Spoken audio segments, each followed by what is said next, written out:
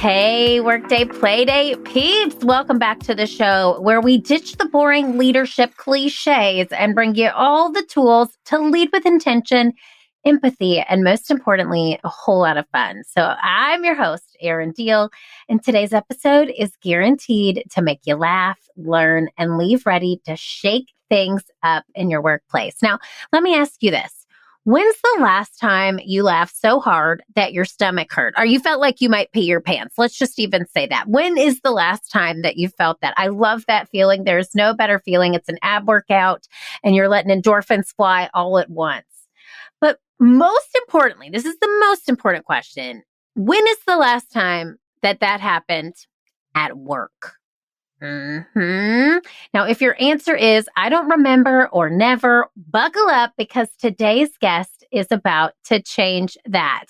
I've got the one, the only JaMarr Johnson with me, an entrepreneur, which is just a fancy way of saying he's part entrepreneur, part comedian, and 100% someone you need to know.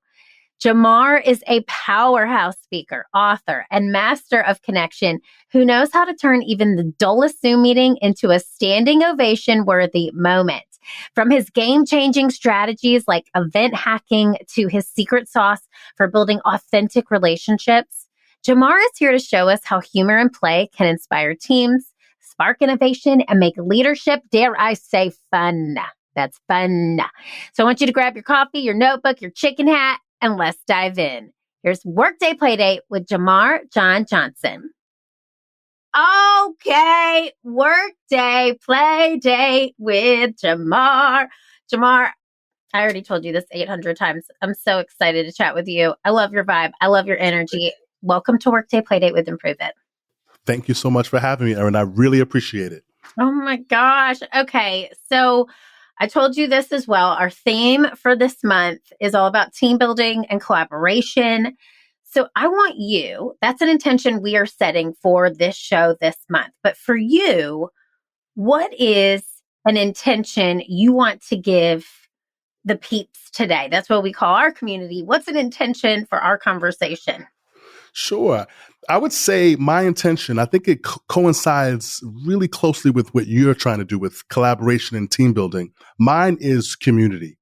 I think we really got to get back to getting in and around each other's spaces and filling each other up, getting off our devices and tapping in so that we can really tune it up in 2025. Oh my God, tap it in to tune it up. I am here for that. I love that. That's a tweetable. Okay, if I've ever I don't even know. It's going to be a lot of those. I'm a tweet master. I love it. Okay, so let's talk about that because community. That's a core pillar of mine is community, and I want to have community virtually. I want to have community in person. I want to connect with people in person. What time or name a time in your life that you really felt community and what did that look and feel like for you? Well, I can think of a number of times. The first time that I really felt community as a teenager was when I started playing organized basketball. Now, I started kind of late. You know, I loved the game, always played it growing up, but I didn't play organized high school basketball until I was a sophomore in high school. And at first, I didn't understand the value of it. And so I ended up quitting about 10 games into the season because I wasn't happy with my role as a sixth man and my ego was all in the way of the team. But what happened for me was over that summer, after leaving the team, I grew a love for the game. And I went back to go try out for my junior year. And my coach said, you know, JaMarr, I'm not sure if I can let you on the team this year. And I was like, why not? My game is better. I want to be a starter. He goes, yeah, but last year you quit on us and we really needed you. You were an integral part of the team. And I learned a valuable lesson about, quitting. You got to know when to hold them, know when to fold them. But in that particular case, I should not have walked away. But it grew my passion for that particular community. And that helped me to really have a successful high school career where I went from being left back once in high school as a freshman from cutting class to being skipped once, and I graduated valedictorian of high school. And I think the community of what basketball was really played a major role in that. Oh my God, I love that. Valedictorian. We're Yes. talking to a valedictorian. You got to know when to hold them, know when to fold them, all these tweetables. I'm so here for that. What a great story. And I mean, truthfully, it's so cool that it almost seems like you didn't even know the value of yourself until you went back. You had to have that moment of like, okay, I'm going to go back. And then it was like, hey, we really needed you. And so it almost validated you even more. I love this, JaMarr. Your energy is so wonderful. It's so refreshing. So Energy. I try to bring it. you do.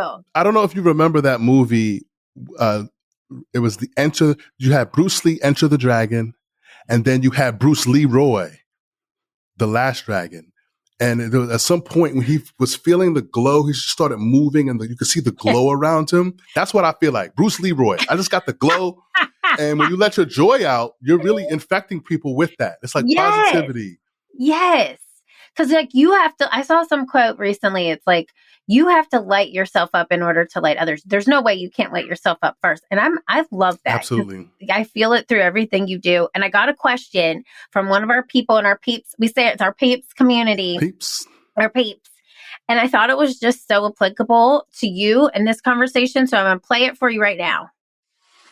Okay, Erin, I've got to ask, what do you say to leaders who feel like they're just not funny?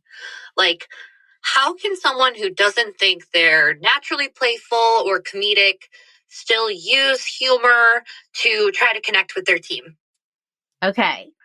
So let me ask you some questions about this because we're going to break it down. Let's break it down. I already have the golden answer for this, but let's go. Oh my God. Okay. Because let me start with this. When I got this question, I was like, okay, this is for JaMarr.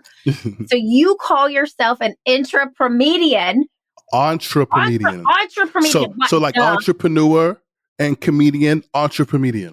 And I have a funny story about Dave Chappelle, the why I call myself that, but let's go. I want to hear that. But also, let me tell you something. As an entrepreneur, every time I spell entrepreneur, I have to go back and spell check it. So the fact that I just said intrapreneur, I don't even know where that came from. So entrepreneur, tell us the Dave Chappelle story because I know that you can help people feel funny. So tell us that story. Before I tell the Dave Chappelle story, a quick answer to that question is if someone doesn't feel funny, the easiest thing that they can do is facilitate funny around them.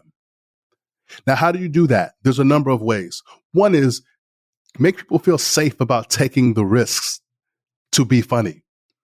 And so you can always laugh. Like my mother, she's my greatest fan. Oh. If she's in the audience, she's going to laugh so loud that sometimes it's almost distracting. But you know what? I would take her anywhere, any day because she's infectious with her laughter. Oh, so I love people like that. I love it. So if you're a leader and you don't feel like you're actually funny, facilitate funny. Encourage other people to be funny. Egg them on. Remember, there's the old combination of the straight man and the funny man. Perhaps you're the person who allows the jokes to be set up upon. So facilitate funny whenever you possibly can. The other thing you can do is you can learn how to remember jokes. You can go learn a joke. It's very easy. And there are, there's probably 1,000 books out there with jokes from old and new. In fact, I love going to half price books like once a month and just splurging, spend about $50 and buy about 27 books. And one of the books that I recently purchased was originally published in 1945. And it was like a whole thesaurus of like all of these jokes from all the way back from like the 1800s all the way to the 1940s. How cool is that? Yeah. So there's like Mark Twain and all of the amazing writers. So I purchased this book, The Dictionary of Humorous Quotations, and throughout the day, I'll just read a couple jokes. I'll just open up a random page. Sometimes I'm on virtual coffees with new people and I just feel inspired. And I say, you know what? Let me try something. And I'll just open up a random page and pull out a joke. Now, because those jokes are old, sometimes they're not relevant. But guess what? You can use your ability to update the joke into 2025. Yes. And now you've got something that maybe you aren't naturally funny, but take something that has a little bit of humor in it and sprinkle some of your sauce. You know, like with Salt Bae, sprinkle some of that sauce on it. I wish people could see that right now. Yes.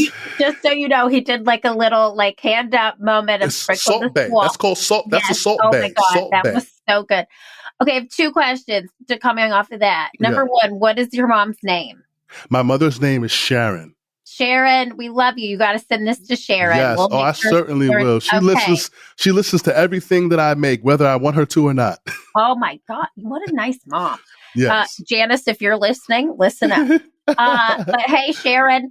And the second thing is, what's a joke that you got out of the book recently? Just to put you on the spot. Is there something that comes to mind? You can even read one. No, I actually can, because I was talking to someone yesterday. There was a joke written by Woody Allen, and the joke was crime pays. And it was like, you get, the hours are great and you get to travel. Now, for that time, it probably hit, right? But here's what I added to it. Crime pays. The hours are great. You get to travel, especially on Air Force One. Yes. Right? Now, I didn't tell you which president I was talking about, because there are a lot of them. Yeah, that's right. But I mean, that's so fun. And it's fun to like reinvent jokes from the past and make them relevant. I love that. Okay, Absolutely. Wait. So you got to go back to Entrepreneur, the coolest title ever. Yes. How that came to be. And then how does that interloop with the Dave Chappelle story? So here's what happened. I started speaking when I was 18 years old in front of about 2,000 people at the Waldorf Astoria Hotel in New York City, where I got to meet Kofi Annan, who in 1997 was the head of the United Nations. So on my 18th birthday, I got a double-breasted pinstripe navy blue suit. I do my thing. I have no idea about the impact of that performance. But as I get off the stage, people are running up to me and they're handing me business cards and they're saying, "Hey, JaMarr, come intern at our company." Now, I'm in New York City. I have no idea about the value of an internship. I know I did them, when I was in high school, but I was like, listen, I need money for college. I want to get out of my house. I'm joining the military. So I joined the military at 18, and first I was a Marine. Then I earned a ROTC scholarship. So I go 2 years in the Marine Corps. Then I go to the Navy. So I'm in the Navy, and my first duty station, I'm in Japan, Yokosuka, Japan. Domoregato gozaimasu. That's a little bit of Japanese for you. And while in Japan, my ship selects me to be the anti-submarine warfare officer. So with that role, I had to go from Yokosuka, Japan to Newport, Rhode Island for a 30-day training course in order to learn all of the new things that I needed for my new position. While I was there in December of 2005, I drove through a blizzard to get to the Improv to see none other than the cast of the Dave Chappelle Show perform on tour in between seasons 1 and 2. So we're talking about Kyle Grooms, Marina Franklin, Bill Burr was the middle act, Donna Rawlings, and Charlie Murphy, rest in peace, who I had a chance to open up for about 4 years later. So that was my first ever live comedy experience, besides watching it on television. So in that moment, my head is exploding with laughter, with connection, with possibility. And because my undergrad was accounting, I did the head count in the room, and I said, wait a minute, there's 800 people in this room. It was the Improv, the old Improv in Boston, Faneuil Hall. 800 people. This is one of 9 or 10 sold out shows. $45 a ticket, 2 drink minimum plus food. I was like, they just did $1.2 million in a weekend telling jokes? This is a business? I was blown away. And so from that moment, not only did I resonate with their stories, I was like, those are my people. I'm a comedian, because I'd always make people laugh, but it wasn't like with jokes. It was just observations. It was just my point of view was very different from everyone else's around me. So from that moment, December 2005, I started pursuing comedy. Fast forward 4 years into my little baby comedy career. I'm such a comedy nerd. I have comedy business cards. So everywhere I go, I'm networking with people. And I was on a OkCupid date in Oakland, California. And I went to pick up this girl, and it was raining outside. And, I was an officer in the Navy. I'm a lieutenant. I'm going to Naval Postgraduate School. I feel like I'm the man, driving my brand new Beamer.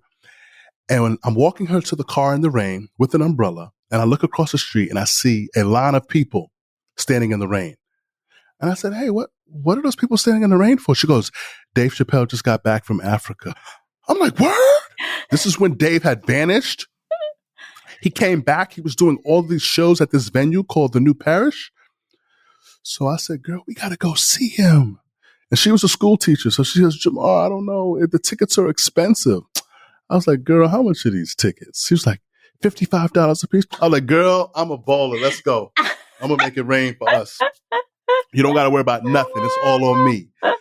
And I had no idea what I was about to see because it was a 6.5 hour masterclass. Dave Chappelle performed for 6.5 My God. hours. And it was unbelievable. Now, what happened, this is how I became the entrepreneur. I'm sitting in my chair on the first level. There's 2 levels. It's about midnight. Dave is killing the audience. He started at 10:35. He's killing the audience for 90 minutes. There was a couple in the front that kept yelling, Rick James, with that, that catchphrase. Yes. And they kept yelling it sporadically. They kept getting drunker and drunker. So Dave said, listen, you don't got to go home, but you got to get out of here. Security, get him out of here. So they get kicked out. It was at that moment that my day goes, JaMarr, I'm having a great time, but I'm a teacher. I got to go to work in the morning. I get up at 5:30 and it's midnight. I'm like, so I kissed on the cheek. I'll see you later. Just text me when you get home. She lived right across the street, so it wasn't like she had to go far, right? I said, text me when you get home. I can't leave. Now, to my left, there was a little blonde girl who I had given one of my comedy business cards to. And she elbows me when my date leaves. And she goes, JaMarr, we should go take those 2 seats up front. And I'm like, girl, you trying to get us in trouble? Like, let's just chill. But then I thought to myself, this little white girl has a good point. But she was cute. So I said, you go first and I'll go behind you. So she went first and I went second. So she sat down and I sat down. Now I'm on her left. We're 8 feet away from Dave Chappelle. The stage is probably 2.5, maybe 3 feet tall. So my feet are like on the stage, like pressed up against it. 10 minutes goes by. The blonde-headed girl now elbows me on the other side. She goes, JaMarr, you should give Dave Chappelle your business card so he knows you're a comedian and maybe he'll take you on the road. And I was like, this girl is so naive. But then I remembered something deep. I don't know if you ever heard this quote before, but it was just like live with a childlike wonder. Yeah. Anything is possible, yes, right? Yes. So I said, you know what? I pulled my comedy business card out. I put it face up on the stage to my left, his right. And 30 minutes later, Dave Chappelle looks down and goes, whose card is this? And he picks it up and he goes, oh, it's your card. And he reads it out loud. And on my card, it has my name and it says comedian, writer, singer, artist, handyman. That's amazing. And the whole crowd went crazy. Now, what's even more amazing is I have that audio clip. Oh my God. You got to give it to us. I will give it to you so you can insert it, right? Okay, we have a sound clip of this Dave Chappelle moment. Let's listen to it now. Whose card is this? Is this you? Oh, that is you. Comedian, writer, singer, artist, handyman.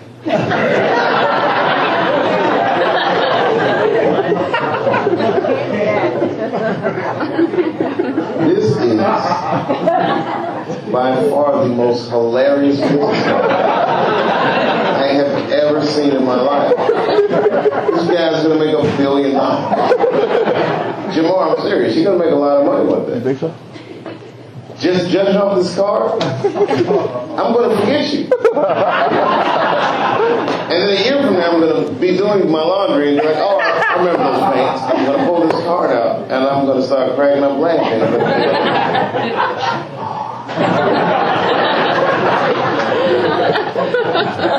And then I'll call you up. And you know the saddest part of that whole scenario? It'll still be the same number.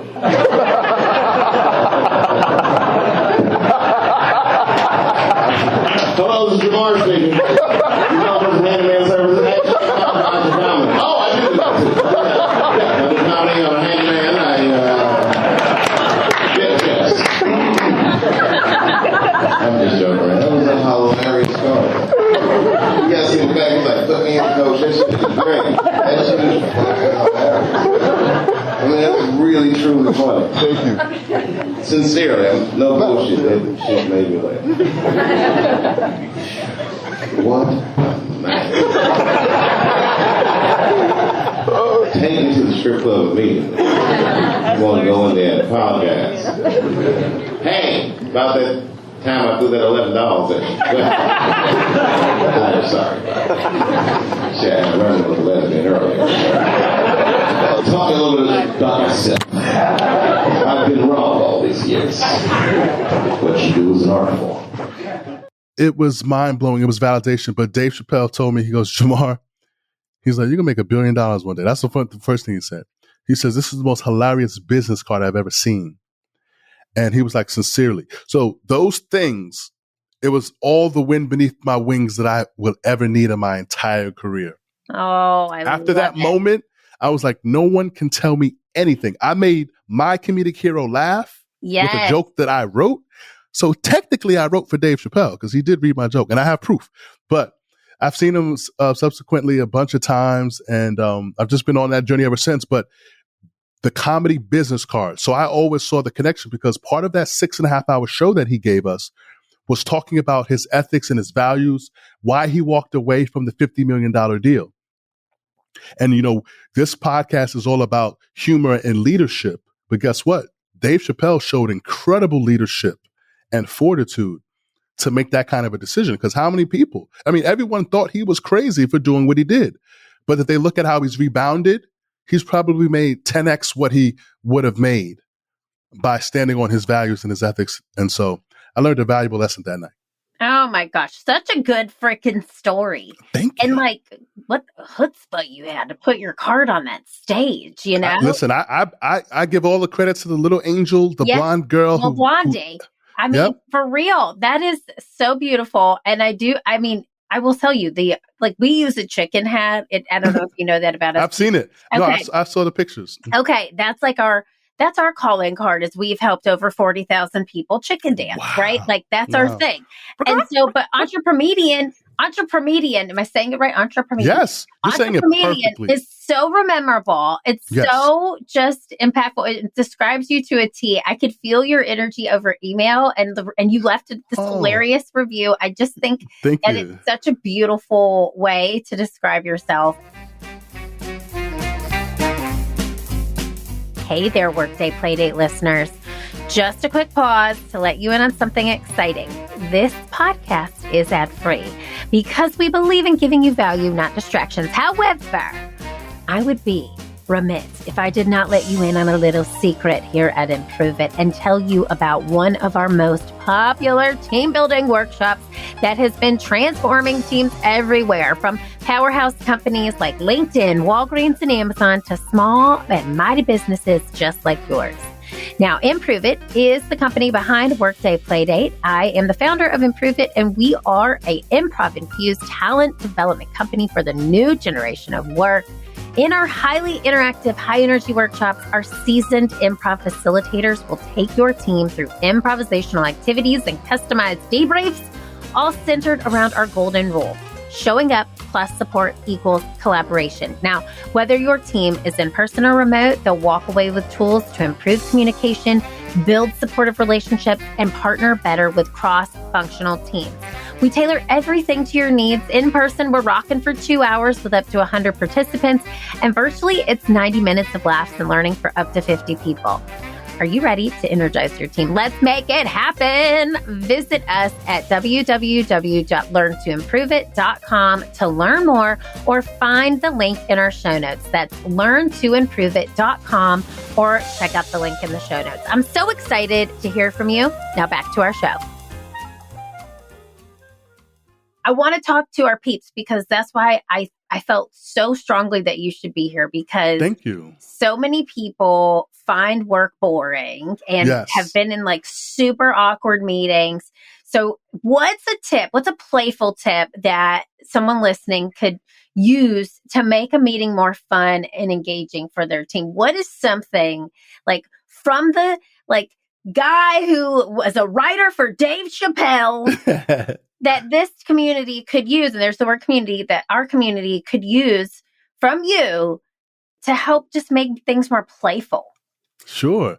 Well, About 2 months ago, I had the opportunity to roast an employee who had done about 20 plus years at a company, was saying her goodbyes, and it was her idea to actually be roasted farewell. I love that.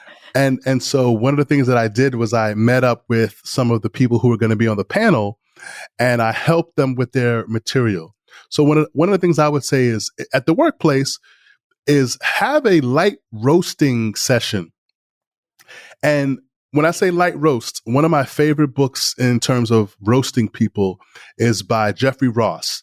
And he says, only roast the ones you love. Yes. And so if there's someone that you don't really mess with at work, probably not best to roast them because you might be you might dig a little too deep. But the studies have shown, and there's a book called Humor Works, written by Dr. Morale in like 1991. That companies that have a playful, joyful, humorous environment have a lower turnover. So if employees can't laugh and joke with one another and point out each other's, flaws, sometimes your strength could be something that someone could roast you on, right? So I would say light roasting sessions, like coming to each meeting with a light roast joke for one another, would be something that I would say to lighten up the meetings. I love that. Okay, I just watched the Martha Stewart documentary. Do you remember when she roasted Justin Bieber and like it turned around her whole career? So Martha Stewart is a gangster. Yes. And I give her so much credit. She was an inspiration for me. I mean, when I thought about sheets, I thought about the Martha Stewart brand. Yes. Because she was just ubiquitous with just everything, making your home feel like a place that you want it to be. Yes. Yes. Well, and I'm just thinking about her, like that totally changed her career trajectory after that, because she had just come back from prison and like was still in that negative spotlight. But okay, so when we're thinking about this, I like that, having some fun, playful roasting moments. We at Improve It, we do like the superlative awards. So you can make little superlatives for your team at the end of every year. So most likely to do X, Y, and Z. And we have everybody vote for them. And so that's just another fun thing too. But then we have so many different clients from so many different industries. And I'm just thinking of them as I'm talking to you, who are probably thinking, okay, that would work for you two comedians and humorists. But I still have to maintain some professionalism at my role. So how do you strike that balance between having playfulness and professionalism, which I don't even really like that word, to be honest, but that's a word people still use, because I do think we're moving into a space where people can show up more as their whole selves. But how do you run that fine line? Like, what's that line look like for you? Sure. Well, being former military, I was in both the Marine Corps and the Navy. And I grew up in New York City, where the Dirty Dozens was played daily. And what I would say is, in a professional environment, if we focus on the strengths, meaning the light roasting of someone's strongest qualities shows an actual admiration. Meaning, I remember this thing, when the people you're around don't make fun of you, you're not liked very well. Right. Wait, I'm so with you on that, because my family, we just tear each other apart. And I'm like, that's how I feel loved. Like, I truly don't, if you don't make fun of me, I don't feel loved. Like, okay, keep going. Now, listen, it's going to be different in every environment, because, some people literally just, they're just like, they're scared of attempting humor, especially at the workplace, for good reason. But this is why it starts with education. Like, you have to learn, like, where's that line? Every office is going to have a different line of what's professional, right? I've worked on a lot of sales floors. There's a lot of things that might be deemed unprofessional if you compare that to the accounting department. So each department is going to have its own baseline for what's acceptable. And it's important to really understand that and, be mindful of that as you come up with playful things. Yeah.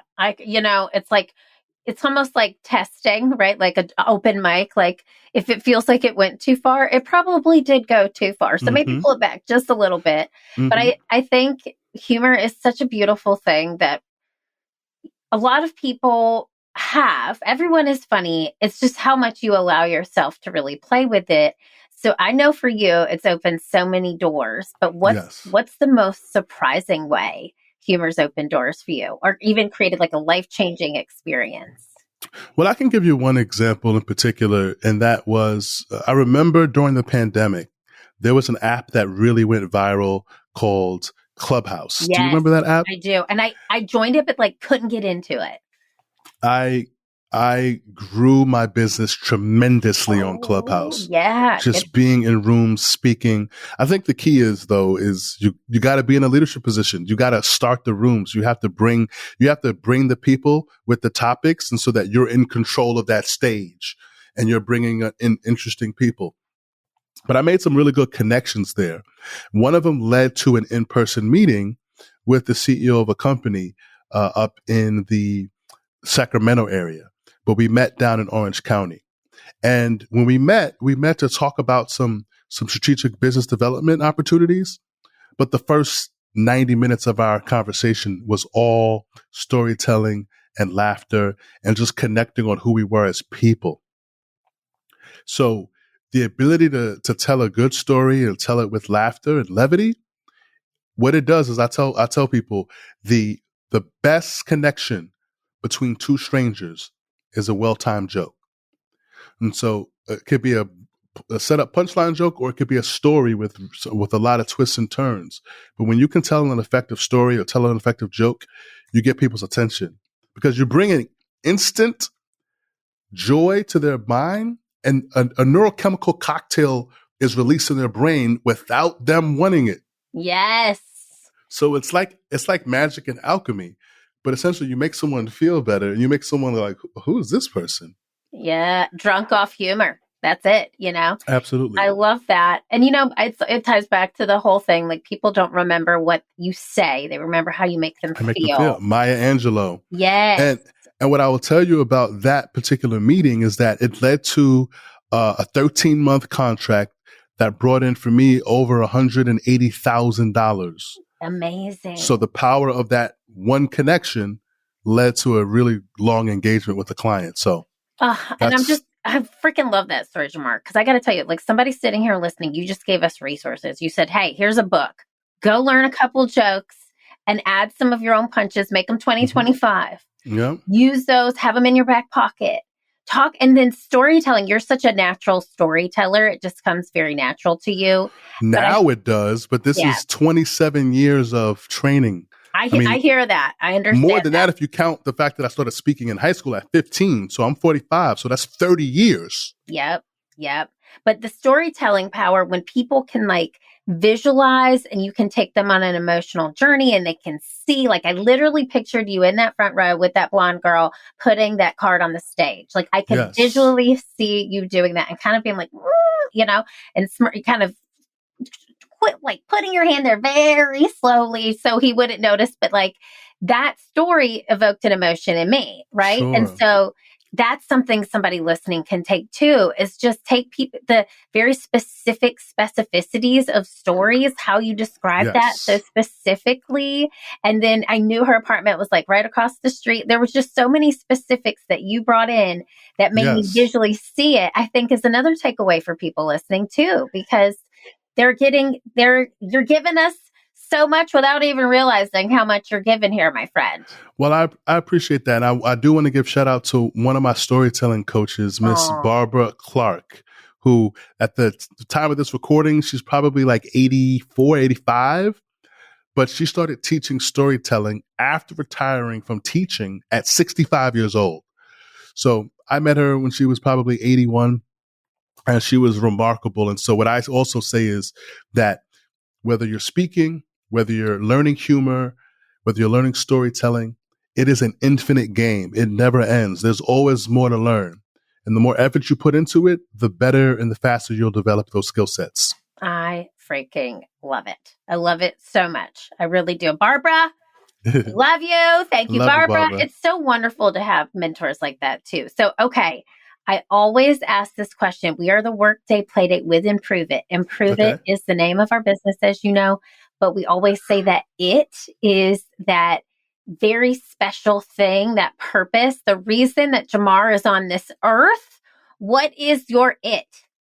Well, when I was sitting at a desk in 2014 in Silicon Valley, I was doing really well in the sales role, but I knew that it wasn't fully aligned with what I knew my purpose was. But I was like, what is that purpose? I was listening to a Napoleon Hill audiobook. It was in his own words. So it was his own voice. And he said, a lot of people go through their life without knowing their purpose. It's like a ship leaving the shore without a destination, guaranteed to be lost at sea.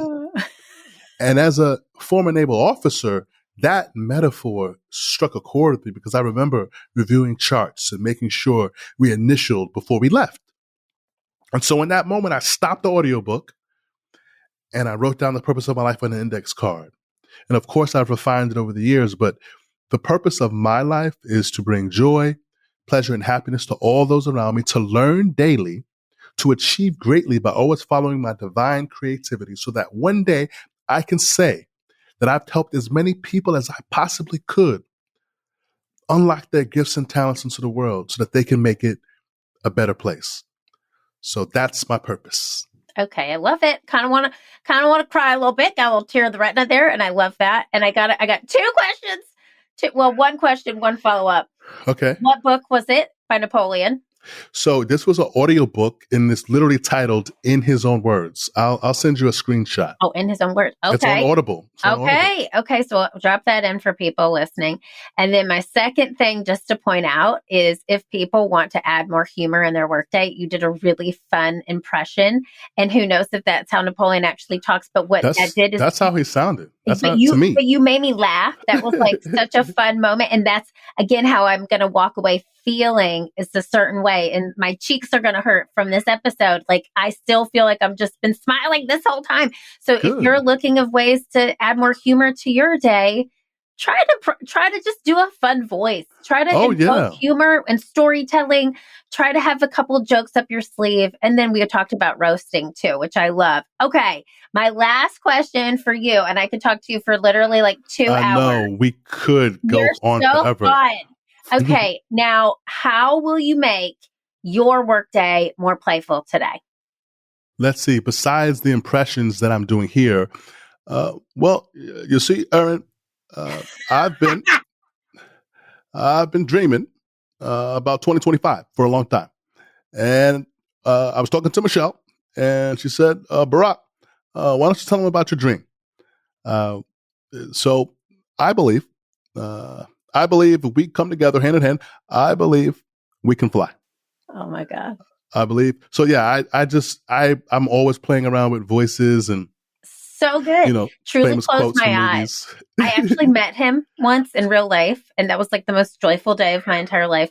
There's a whole story I have a book called I See You, but literally it's a whole story about how a woman on my team found her voice through Barack Obama. And so much love to that. That was a very good impression. And I closed my eyes for a minute. I was like, he's here. He's literally here. He's on this recording. He's here. I love that. Have fun, play around. And then I know our peeps are going to want to find you everywhere. So tell them where they can find you, all the things they need to know. Sure. So of course you can find me at my website, IamJaMarr.com. Also, entrepreneurimedian.com, if you can spell that. It's on Urban Dictionary. You can look it up. I also do have a book called Super Connecting. And so you can find that on my website, but LinkedIn is a great place. I'm spending a lot more time on LinkedIn. I'm having fun in the comments with one of my I call it my super connection methods for making new connections. And it's having fun in the comments. It's using humor. It's being thoughtful and giving in the comment sections, because in the comment sections is where you're going to find the top 1% to 2% of active users on LinkedIn. There you go. Smart move. And another little tip. Powerful play right there. And you're having fun with it, which I love. And you're having fun. Yes. Oh my God. Okay. Test out those jokes on the unsuspecting. Okay. Well, now I'm going to comment on your stuff and you have to comment on mine so I want to laugh with you all day. We're going to laugh forever. Okay. JaMarr, I got to tell you. And so I'm going to come full circle. You have given our community a sense of community and connection with your super connecting. Super connection. So everyone follow JaMarr. I'm so glad you're in our orbit. I don't think this is the last time we will be speaking. I feel like there's a lot of things that are going to happen from this, but I'm so happy our peeps got to meet you. JaMarr, You are the real deal. Until next. Thank you, Erin. And that's a wrap on today's laugh-filled Workday Playdate episode. If JaMarr has taught us anything, it's this. Leadership does not have to be stiff, serious, or let's be honest, soul-sucking. The best leaders bring their authentic selves to the table, including their sense of humor, because when you lead with laughter, you inspire connection, creativity, and joy. So here's your challenge. This week, I want you to try injecting a little play into your workday. Go on, do it. Just try it for me. Maybe it's a joke to kick off your next meeting like JaMarr suggested, a quick game to boost the team energy, or even just showing up with a smile. Small steps lead to big shifts, my peeps, and your team will thank you for it. Now, if this episode sparks some ideas or even gave you a little chuckle, share it with a fellow leader who needs to hear it. And don't forget to hit subscribe so you never miss an episode of Workday Playdate. Now, here's the message I'm going to leave you with every single time. You know it, you love it. Keep playing, keep leading, and remember, every day is a work day and it's a play date waiting to happen.